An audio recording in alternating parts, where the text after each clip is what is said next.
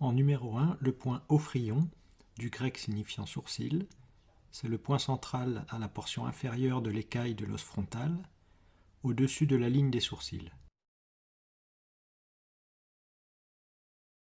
Deuxième point, la glabelle, diminutif de glabre, point central entre les sourcils, c'est une zone généralement dépourvue de poils.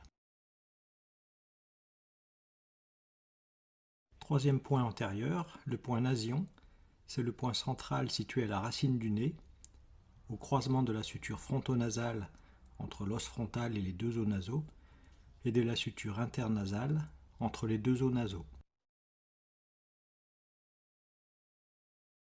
Quatrième point, le point rhignon, c'est le point central sur l'arête du nez, à l'angle supérieur de l'orifice piriforme, à la limite entre le nez osseux et le nez cartilagineux. Cinquième point, le point acanthion, du grec signifiant épine, il est situé sous le nez, au niveau de l'épine nasale antérieure, à la réunion des deux os maxillaires, à la partie supérieure de la suture intermaxillaire. Sixième point, le point prostion, un point central situé à l'extrémité inférieure de la suture intermaxillaire antérieure, sur le rebord alvéolaire, entre les deux incisives centrales.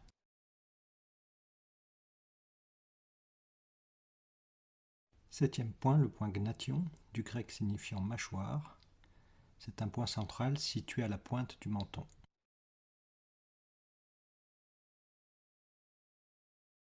Abordons maintenant les points crâniométriques latéraux, avec en numéro 8 le point stéphanion, du grec signifiant couronne.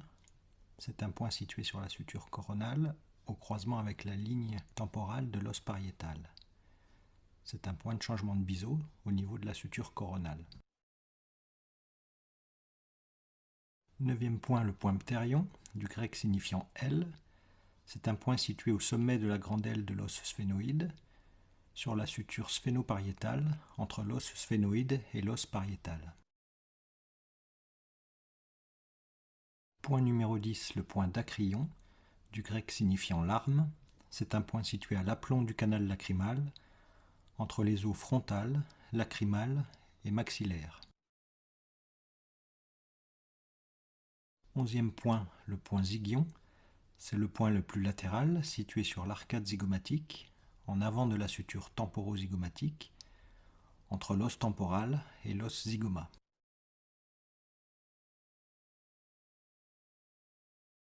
Douzième point, le point gonion, du grec signifiant angle. C'est un point situé à l'angle de la mandibule, au point de réunion entre le bord postérieur de la branche montante et du bord inférieur du corps de la mandibule. 13e point, le point eurion. C'est un point situé au niveau des bosses pariétales, correspondant au plus large diamètre transversal du crâne. 14e point, le point entomion.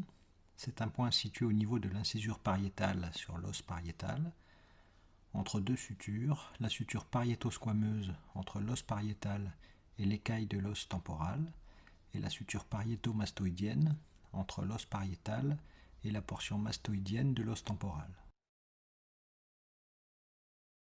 15e point, le point astérion, du grec signifiant en forme d'étoile.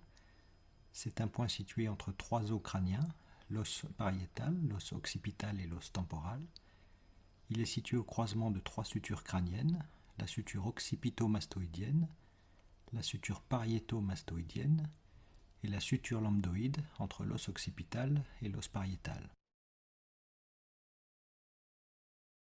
Point numéro 16, le point porion. C'est un point situé juste au-dessus du conduit auditif externe, sur l'os temporal, à la racine du processus zygomatique de l'os temporal. Détaillons maintenant le point ptérion. La zone du point ptérion est en forme de H au niveau de l'assemblage de quatre os crâniens, l'os frontal, l'os pariétal, l'os sphénoïde et l'os temporal.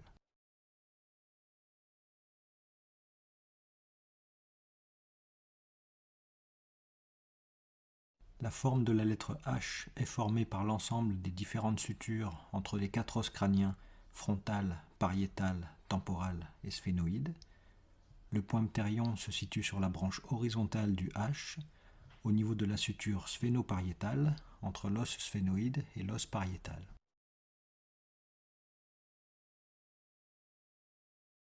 Dans cette zone ptérion, l'ordre de recouvrement des différents os du crâne est le suivant, de la superficie vers la profondeur: os temporal, os sphénoïde, os pariétal, os frontal. Voyons en détail maintenant le point astérion. Il se situe au croisement de trois sutures entre les os occipital, pariétal et temporal.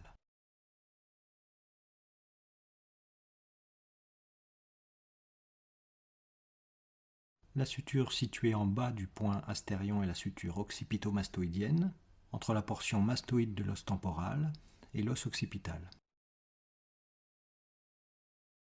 La suture située en arrière du point astérion est la suture lambdoïde, entre l'os occipital et l'os pariétal. La suture située en avant du point astérion est la suture pariéto-mastoïdienne, entre l'os pariétal et la portion mastoïdienne de l'os temporal. Nous retrouvons sur l'illustration de droite le point astérion au croisement de trois sutures, occipito-mastoïdienne en rouge, lambdoïde en jaune et pariéto-mastoïdienne en bleu. Au niveau de la face supérieure du crâne, nous trouvons deux points craniométriques. Tout d'abord en numéro 17, le point bregma, du grec signifiant en avant de la tête. Ce point est situé au croisement de deux sutures, la suture coronale entre l'os frontal et les deux os pariétaux, et la suture sagittale entre les deux os pariétaux. Point numéro 18, le point obélion, du grec signifiant pointe. C'est un point situé au niveau de la suture sagittale, dans la zone de changement d'orientation de cette suture sagittale, entre la portion horizontale et une portion plus verticale du bord supérieur de l'os pariétal.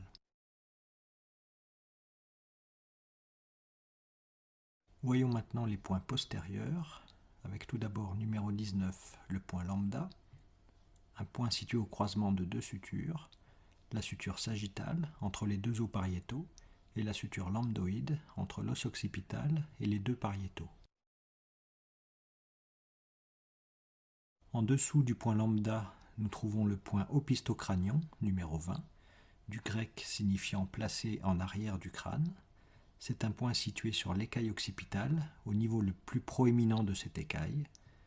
Le diamètre antéro-postérieur le plus grand est une ligne passant par la glabelle en avant et le point opistocranion en arrière.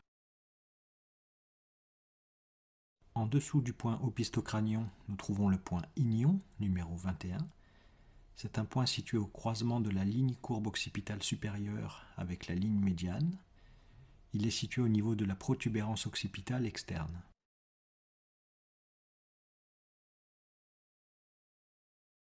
Terminons par les points craniométriques inférieurs, avec tout d'abord le point le plus antérieur, numéro 22, le point storion.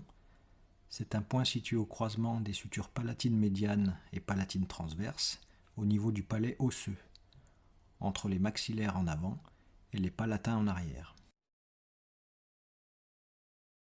Nous trouvons ensuite le point staphylon, numéro 23, point situé à l'extrémité postérieure de la suture interpalatine, entre les deux os palatins, transition entre le palais osseux et le palais mou.